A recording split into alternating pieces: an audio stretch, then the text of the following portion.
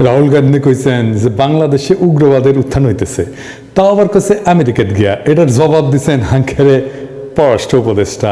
একটা যে নেগেটিভ যে শুধুমাত্র একটি দল ছাড়া বাকি সবাই উগ্রবাদী, এই ধরনের একটা নেগেটিভ প্রচার করার চেষ্টা হচ্ছে মিডিয়াতে। আমি মনে করি যে এটা থেকে ভারতের বের হয়ে আসা প্রয়োজন।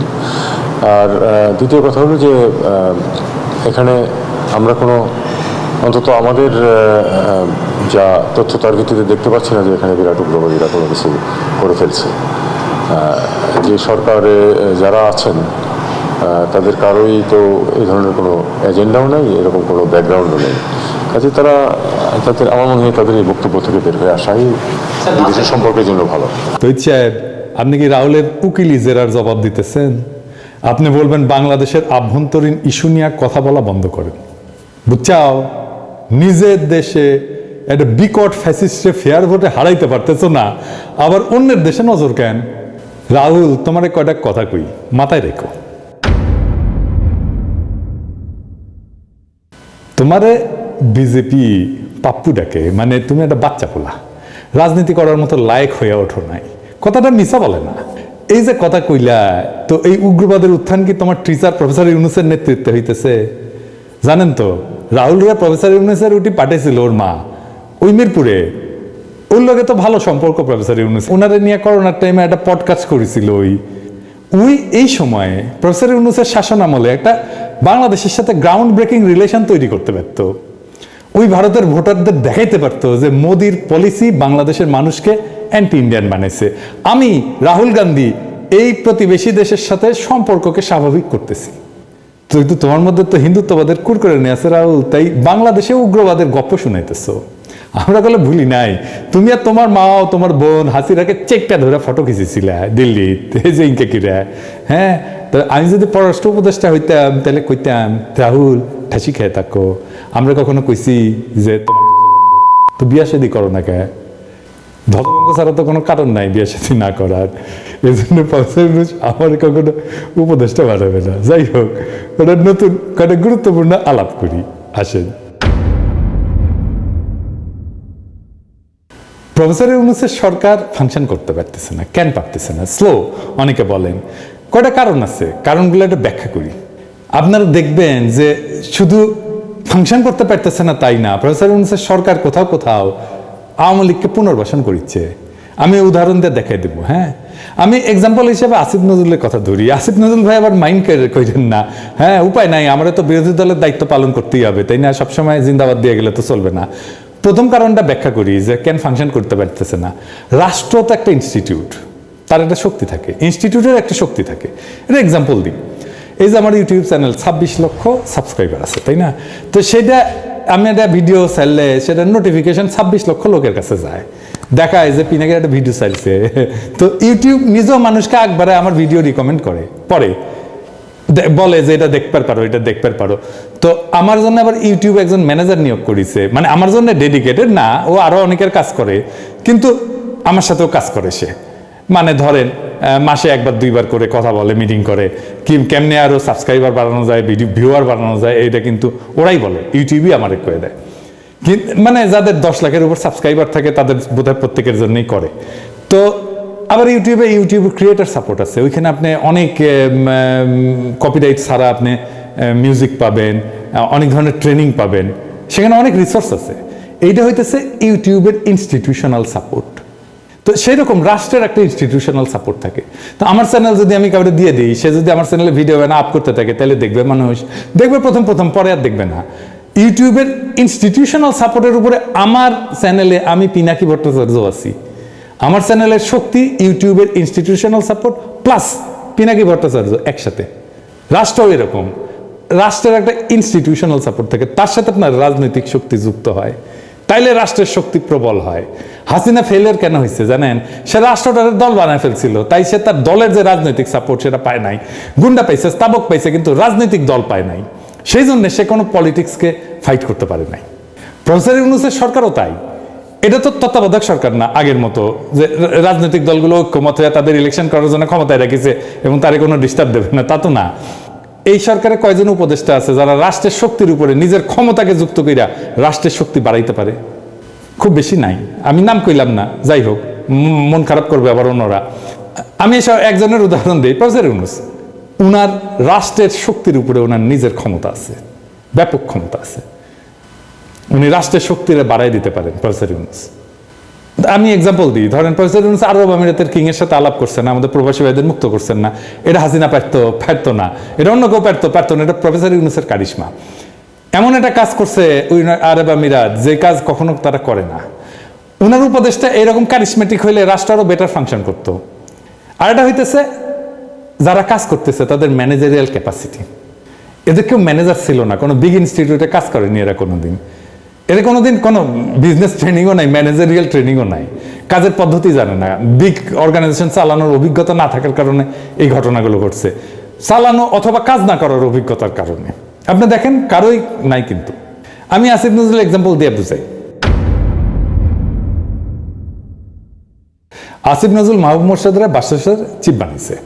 আমি মাহবুব মোর্শেদকে পছন্দ করি, কিন্তু ভালো ছেলে, ভালো লেখালেখি করে এবং তার চিন্তা ভাবনা পরিষ্কার, সব ঠিক আছে।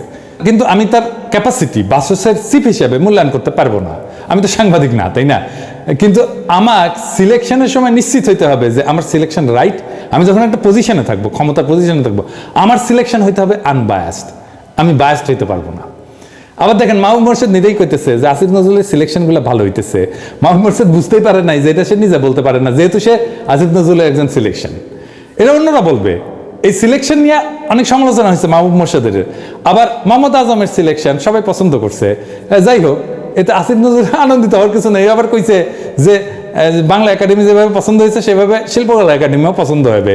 হ্যাঁ, ওই আনন্দিত হওয়ার কিছু নাই। আসিফ ভাই নষ্ট করেও দিনে 2 বার ঠিক সময় দেয়। আপনার নষ্ট করি, আপনার ম্যানেজারিয়াল স্কিল একদম 0, 0, সেজন্য আপনি দিনে 2 বার সময় দেন, আপনার ব্যাটারি গেছে।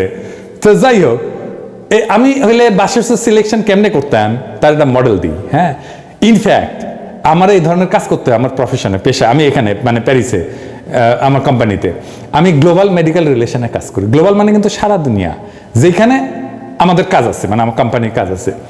আমি অফিসের কাজে খুব কমই ট্রাভেল করি, আপনারা জানেন। ট্রাভেল করলে আমি তো বলে দিই আমি কই গেছি না গেছি। আমাকে রিকমেন্ড করতে হয়, ধরা যাক যে হংকং, কোন এক্সপার্ট দিয়ে আমি অ্যাডভাইজারি বোর্ড করব। অ্যাডভাইজারি বোর্ড মানে যারা পরামর্শ দেয় কোম্পানিকে, ফর্মাল ওয়েতে পরামর্শ দেয়, বিস্তারিত আর গেলাম না। বা ধরুন আফ্রিকার কোন দেশে কোন ডার্মাটোলজিস্ট চামড়ার উপরে ক্লাইমেট চেঞ্জ মানে পরিবেশের পরিবর্তনের ইফেক্ট নিয়ে এক্সপার্ট। কঠিন জটিল বিষয়, কিন্তু আমি হংকংয়ে যাইও না, আফ্রিকায় যাইও না। কিন্তু আমি যেটা রিকমেন্ড করি, যেটা আমার করতে হয় দেশগুলোকে, তার 99% কেসে পারফেক্ট হয়। আমার টুলস আছে, আমি সারা দুনিয়ার ডাক্তার কি করে, কই থাকে, কোথায় চাকরি করে, কোন কনফারেন্সে যাইতেছে, কি পাবলিশ করিচ্ছে, কার সাথে কোলাবোরেশন করিচ্ছে, কার সাথে সে রিসার্চ করিচ্ছে, তার রিসার্চের ফোকাস কি, এমনকি কার কাছ থেকে কত টাকা পয়সা নিয়ে যেতে, এটা এক ক্লিকে বের করে ফেলি। টুলস আছে, যাক সেটা অন্য আলাপ। বাসের সিলেকশনে আসি। আমি যদি আসিফ নজরুল হইলাম নি, তাহলে আমি সাংবাদিক যারা আছে না ফ্যাসিবাদের বিরোধী, তাদের সাথে কথা কইয়া কয়েকটা রিকমেন্ডেশন নিতাম। কইতাম যে আমার একটা বাসসের চিপ লাগবে, কোন তো কারে করা যায়, 2-3টা নাম বলেন তো। তারপরে জিজ্ঞেস করতাম এর নাম কেন কইলেন, তার যুক্তিগুলো শুনতাম, লিখে রাখতাম, সবগুলা লিখতাম, শুনতাম, লিখতাম। কাদের সাথে আলাপ করতাম? কনক সারোয়ারের সাথে আলাপ করতাম, স্বামীর সাথে আলাপ করতাম, তাসনিম খলিলের সাথে আলাপ করতাম, মুনির হায়দারের সাথে আলাপ করতাম, শাহেদ আলমের সাথে আলাপ করতাম, ইলিয়াসের সাথে আলাপ করতাম, মুশফিকুল ফজলের সাথে আলাপ করতাম, আরো যাদের নাম বলি নাই তাদের সাথেও আলাপ করতাম, মানে যারা ফেসি বিরোধী এবং আমার যাদের সাথে রিচ আছে, কথাবার্তা হয় আর কি। তারপরে করতাম কি, মতিউর রহমান চৌধুরী মানে মানব জমিনের, তারপর নুরুল কবির নিউজের, মাহমুদুর রহমান ভাই এবং শফিক রেহমানকে কইতাম যে আমি সবচেয়ে বেশি রিকমেন্ডেশন আসছে এই কয়েকজনের 3জন বা 5 জনের নাম ওনাদের দিতাম, যে কইতাম যে আপনারা এই 3জন বা 5 জনের ইন্টারভিউ নিয়ে আমাকে একজন বেছে দেন। মুরব্বী মানুষ, কোনো সমালোচনা হইতো না। হ্যাঁ, এবং তারপরে যেটা হইতো আমি তার সবাইকে আবার কইতাম যে বুঝছেন এই যে এই টিচার মুরব্বী না, এই বেছে দিছে ওনারে, ঠিক আছে না? এবং দেখতেন সবাই কইতো যে ঠিক আছে, এটা অপছন্দ হইলেও কইতো ঠিক আছে। কিন্তু আসিফ নজরুল সিলেকশন করিচ্ছে উনি কারে চিনেন, কার সাথে ওনার সম্পর্ক আছে, এর বেসিসে, মানে প্রথমেই বায়াস। এর মধ্যে বিএসএমএম এর ভিসি খসরু ভাইকে দিচ্ছেন, সাইদুর রহমান খসরু ভাই। আমি ওনারা পছন্দ করি খসরু ভাইকে, কিন্তু এটা কিন্তু পছন্দ করেনি অনেকেই। মানে বাইর করছে তারা যে গণস্বাস্থ্য আর গণ বিশ্ববিদ্যালয়ের ট্রাস্টি বোর্ডে আসিফ নজরুল আছে, রেজনা আছে, ফরিদাপা আছে, মানে 3 জন আছে এই সরকারের উপদেষ্টা। আর এই গণস্বাস্থ্যের কানেকশনেই খসরু ভিসি হয়েছে। আমি একজন খুবই দায়িত্বশীল চিকিৎসক নেতার কাছে শুনছি যে খসরু ভাই নাকি বিএনপি পন্থী চিকিৎসকদের বিএসএমএমও ছাড়া করার কথা নাকি প্রকাশ্যে বলছেন। সত্য মিথ্যা জানি না, কিন্তু যিনি আমারে বলছেন তিনি খুবই দায়িত্বশীল মানুষ। আমি আর নাম কইলাম না, কইলে চিনবেন আপনারা। তো উনি না জেনে কথা বলবেন না। তো তাইলে তো সিলেকশন আমরা আর মামুরা হইতেছে, তাই না আসিফ ভাই? হ্যাঁ, সিরিয়াস বায়াস আছে সব সিলেকশনে। এইবার আসেন, শিল্পকলা একাডেমির পরিচালক সৈয়দ জামিল আহমেদকে সিলেক্ট করছেন, ওটা নিয়ে কথা বলি। জামিল আহমেদ নিজেই জানাইতেছেন যে তারে আসিফ নজরুল রাজি করাইছে, বুঝছাও। আসিফ নজরুল নিজেও জানাইতেছে ফেসবুকে পোস্ট দিয়ে যে শিল্পকলার সিলেকশন পছন্দ হবে। উনি খুব কনফিডেন্ট। হ্যাঁ, প্রফেসর ইউনূসের সরকার গঠিত হওয়ার আগে উনি কি কইছিলেন, আওয়াজ দিছিলেন যে এই সরকার আমাদের পছন্দ হবে, বুঝছাও। তারপরে কাহিনী কিচ্ছা বাড়াইলো এই সৈয়দ জামিল আহমেদের, দেখলাম উনি বোরকা বিরোধী। তারপরে দেখা গেল মুজিবের মূর্তি ভাঙছে জনতা, ধানমন্দি 32 নম্বর পুড়েছে, আর জামিল আহমেদ কান্দে শেষ আর কি। হ্যাঁ, হাউ মাউ করে কান্দে শেষ, পারে তো গড়াগড়ি দেয় আর কি। আমি এনে গুগল করে দেখলাম উইকিপিডিয়ায় যে মালতে কে। আসেন আমরা একসাথে পড়িয়ে গুগল থেকে, উইকিপিডিয়া থেকে। ওই লিখিচ্ছে উইকিপিডিয়ায় 1975 সালে তিনি Indian council for cultural relation থেকে একটা বৃত্তি লাভ করছে। ঢাকা বিশ্ববিদ্যালয়ের ইংরেজি সাহিত্যের অনার্স পড়া বাদ দিয়া দিল্লির ন্যাশনাল স্কুল অফ ড্রামাতে যোগদান করেছে। তারপর 1975 থেকে 78 পর্যন্ত 3 বছর উনি পড়াশোনা করেছে। তারপর ইব্রাহিম আলকাজি এবং বিভি কারান্তের অধীনে আরো 1 বছর শিক্ষানবিশ ফেলো হিসেবে কাজ করেছে 4 বছর। আলকাজি তাকে ওয়েস্টার্ন থিয়েটারের ব্যাপারে এবং কারান তাকে দক্ষিণ এশিয়ার ঐতিহ্যবাহী থিয়েটারের ব্যাপারে সম্যক জ্ঞান নাকি দান করেছে, বুঝছাও। ইন্ডিয়া ট্রেন্ড, হ্যাঁ 4 বছর ছিল ওটি। হ্যাঁ, মানে হাসিনার পোলা মাইয়া যেরকম ইন্ডিয়াত পড়াশোনা করেছে উনকে আর কি। মানে একটা জিনিস মাথায় রাখবেন যে কে কোটি পড়িচ্ছে তার উপরে তার মাইন্ডসেট তৈরি হয়, বুঝছাও। আমার মাইন্ডসেট হচ্ছে বগুড়ার মাইন্ডসেট, রাজশাহীর মাইন্ডসেট আর প্যারিসের মাইন্ডসেট, কারণ এই জায়গাগুলোতে আমি পড়েছি, বুঝছাও। তো মানে বুঝেছেন তো, এই যে ইসলামোফোবিয়া এটা ইন্ডিয়া থেকে শিখিছে, পুরাই ইন্ডিয়ান মাল, পুরাই আওয়ামী লীগ। আর তারে আসিফ নজরুল পুনর্বাসন করেছে।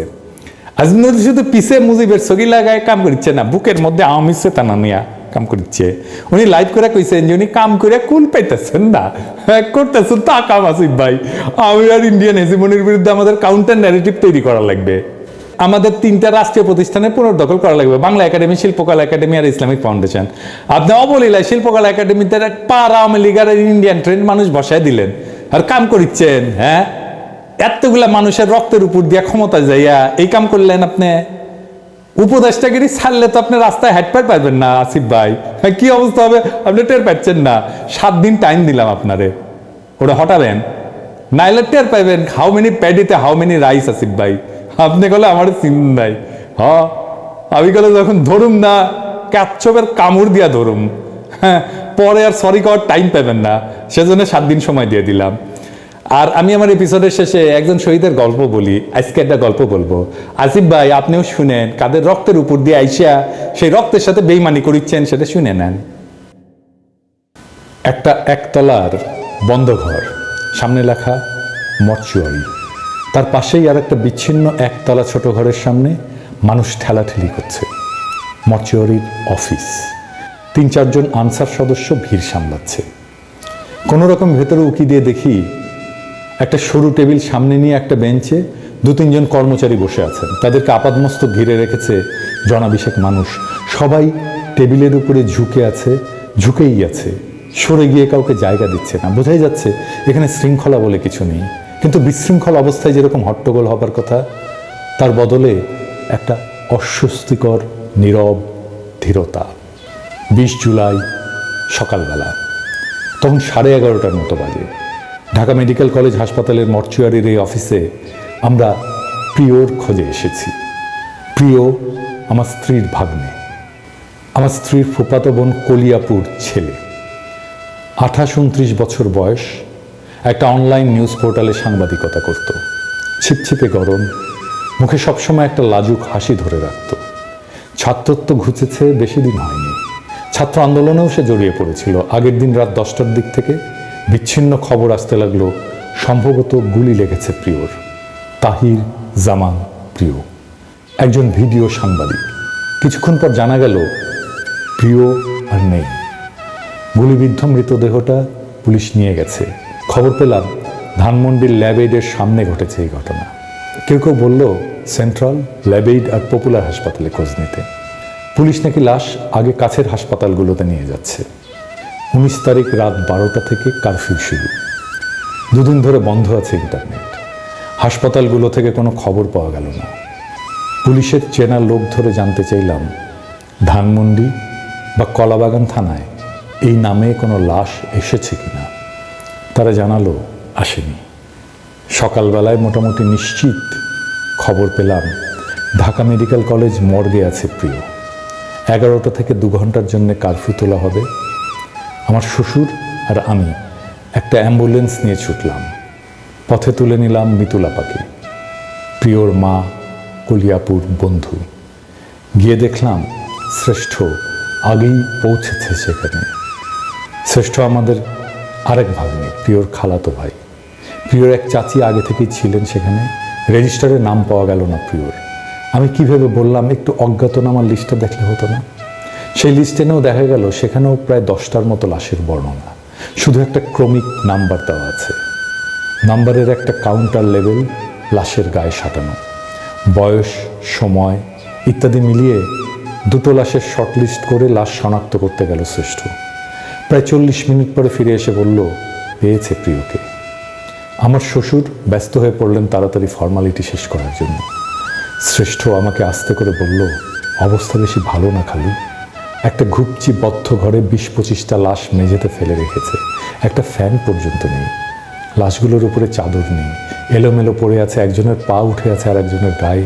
আর রক্ত, চাপ চাপ চুইয়ে পড়া রক্ত। আমি বললাম সেই সন্ধ্যার সময় গুলি লেগেছে, এখনো তাজা রক্ত দেখলে? শ্রেষ্ঠ বলল কি করে বলি, এত রক্ত কোনটা কার বোঝার উপায় নেই। প্রিয়র বন্ধুরা এসে পড়ল এর মধ্যেই। 2-1জনকে পেলাম যারা ঘটনার সময় ছিল ওর সাথে।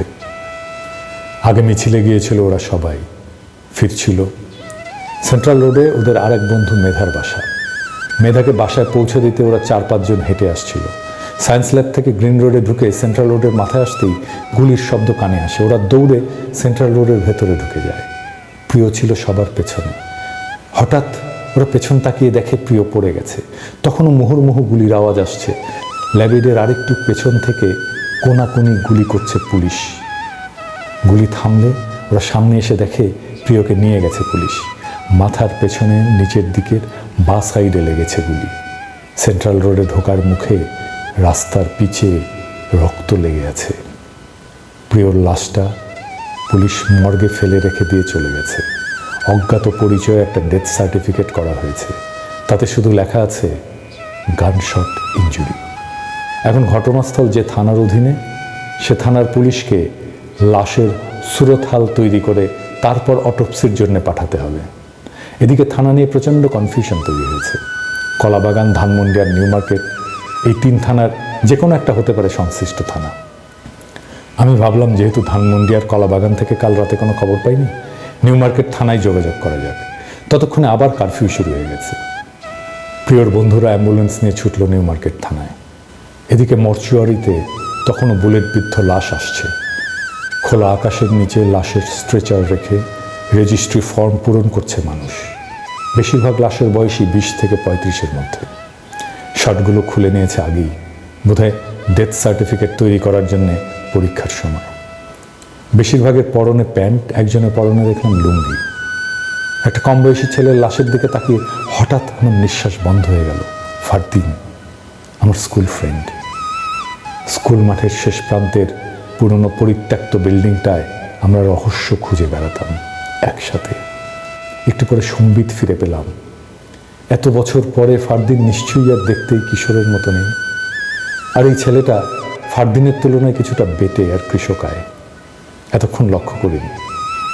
আমার পেছনে দাঁড়ানো একজন মহিলা হঠাৎ বলে উঠল, এরা কি পায়েও গুলি করতে পারে না? সবাইকে বুকে আর পেটে গুলি করছে।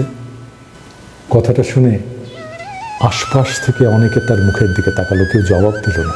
আমি ভাবলাম বলি, আর মাথায়ও, আর বললাম না শেষ পর্যন্ত। এসআই এসে লাশ দেখে আবার স্পট পরিদর্শনে গেল। নিশ্চিত হতে হবে এই লাশ তার থানার এখতিয়ারভুক্ত কিনা। শেষে নিশ্চয়তা পাওয়ার পর সুরতহাল তৈরি করে অটোপসির জন্য পাঠাতে পাঠাতে প্রায় 6টা বেজে গেল। লাশ কাটা ঘরের সামনে তখন স্ট্রেচারের ঘাটতি। লাশগুলো চাদর ধরে এনে অবিন্যস্ত ফেলে রেখেছে মেঝেতে। মেঝেতে আর দেয়ালে রক্তের খসটানো দাগ। বাইরে থেকে রক্ত, মাংস, ফিনাইলের ঝাঁঝালো গন্ধের ধাক্কায় আমি ছিটকে এসে বাইরে আম গাছতলায় দাঁড়ালাম। কে যেন বলল, এখানে কফিন পাওয়া যাচ্ছে, একটা এখনই কিনে রাখুন, পরে নাও পেতে পারেন। নারায়ণগঞ্জের আসগর আলী সাহেব একটা কফিনের দরদাম করছেন। আমাকে বললেন তার শালা পেটে গুলি লেগে মারা গেছে। নারায়ণগঞ্জে একটা মুরগির দোকান চালাতো। গন্ডগোল শুরু হলে ক্যাশে তালা মেরে দোকানের শাটার লাগানোর সময় বাতাসে শীষ দেওয়া গুলি তার পেট ভেদ করে ঢুকে বুকের ডান সাইড দিয়ে বেরিয়ে গেছে। একটা 16-17 বছর বয়সী কিশোরী মেয়ে ফর্ম হাতে ঘুরে বেড়াচ্ছে। ওর বাবা কারফিউর মধ্যে বাসা থেকে নিচে নেমেছিল সিগারেট কিনতে, আর বাড়ি ফিরতে পারেনি। আমরা ডোমকে রিকোয়েস্ট করতে গেলাম আমাদের পোস্টমর্টমের সিরিয়ালটা একটু আগে করে দিতে, সেই রংপুর যাবে বডিটা। এত গরম। ডোম বললেন, পাগল হয়েছেন? রাত থেকে এ পর্যন্ত 55টা লাশ, আমরাও মানুষ। ময়নাতদন্ত শেষ হলো রাত 10:30টায়। গোসল করিয়ে কাফন পরিয়ে আমরা অ্যাম্বুলেন্সে রওনা হলাম 11টার কিছু পরে। যাওয়ার পথে নেমে দেখে নিলাম সেন্ট্রাল রোডের সামনে প্রিয়র রক্ত লেগে থাকা রাস্তাটা, স্পষ্ট দাগ, ছোপ ছোপ, জমাট। তখনও কারফিউ চলছে, তাড়াতাড়ি গাড়িতে ওঠা দরকার। আমরা উঠে পড়লাম। উঠল না শুধু প্রিয়র বন্ধুরা, ওদের কোনো ভয় নেই, ওদের কান্নাও নেই, শুধু প্রতিজ্ঞা আছে। ওরা যেন ভাবলেশীন, সংসপ্তক। অনেকবার লিখতে গিয়ে পিছিয়ে গেছি। এই দুঃস্বপ্নের সাথে আরেকবার বোঝাপড়া করতে সাহস হয়নি। শেষে ভাবলাম এই গল্পটাও এই মহান গণ আন্দোলনের আমাদের যৌথ স্মৃতির অংশ। এই দলিল থাকা দরকার। একটা 3 বছরের মেয়ে আছে প্রিয়র। প্রিয়কে সে শুধু বাবা বলে ডাকে না, বলে আমার প্রিয় বাবা। কি মিষ্টি লাগে শুনতে, যেন প্রত্যেক কথায় কথায় বাবাকে চিঠি লিখে চলছে। এমন হাজারো শহীদের রক্তে গাঁথা হয়েছে এই বিপ্লবের ইতিহাস। এই বিপ্লবের ইতিহাসের সাথে যারা বেইমানি করবে, শহীদের রক্তের সাথে যারা বেইমানি করবে, তাদের ক্ষমা নাই। ইনকিলাব জিন্দাবাদ।